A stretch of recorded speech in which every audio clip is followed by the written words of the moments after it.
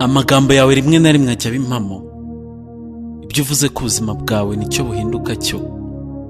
Niba uhora uvuga ko wabohewe aho uri, ni gute uzashaka inzira igukura muri icyo kibazo urimo? Hari byinshi biriho dushaka. Niba utizera ko wabigeraho, ntuzanagerageza kubibona.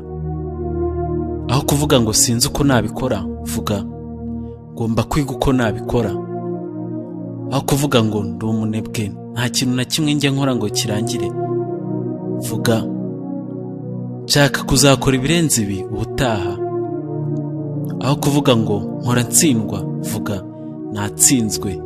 Ni izi somo ibyambayeho bigiye kuba bimwe mu nkuru zanjye z'ibyo nanyuzemo.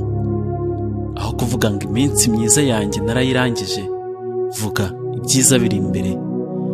Aho kwizera ko hari abantu bavukanye amahirwe cyangwa impano zihariye, menya ko nawe hari icyo ushoboye. Menya ko wakwigira ku bandi bantu beza. Buri munsi jya wireba mu ndorerwamo uvuga uti ndi umuntu mwiza, ndatandukanye, ndetse nakora buri kimwe. Ndakura buri munsi, nshobora kugira ahazaza havuye mu guhitamo kwanjye. Nshobora kugira ubuzima bwiza buvuye mu guhitamo kwanjye. Niba ubona hari aho udashobora kurenga, ubyizera koko, niko bizaba.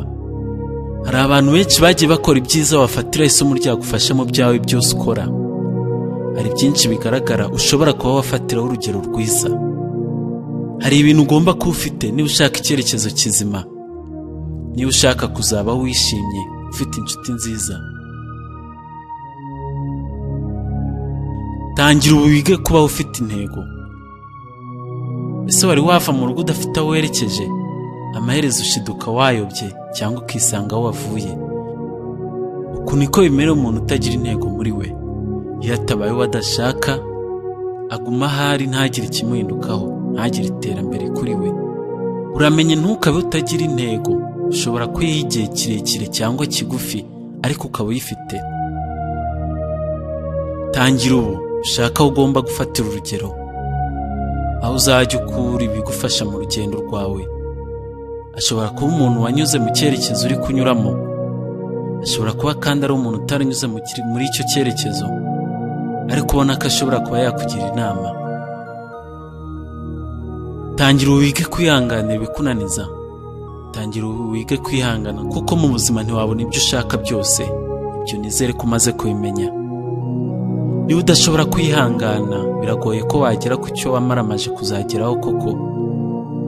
Ni kenshi uzahura n'ibicantege byinshi, ibigusha bitandukanye utatekerezaga.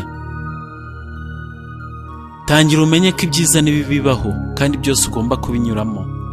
Menya ko haba ibyiza haba ibibi, byose bishobora guhindura icyerekezo wafashe cyangwa se aho ushaka kuzagera.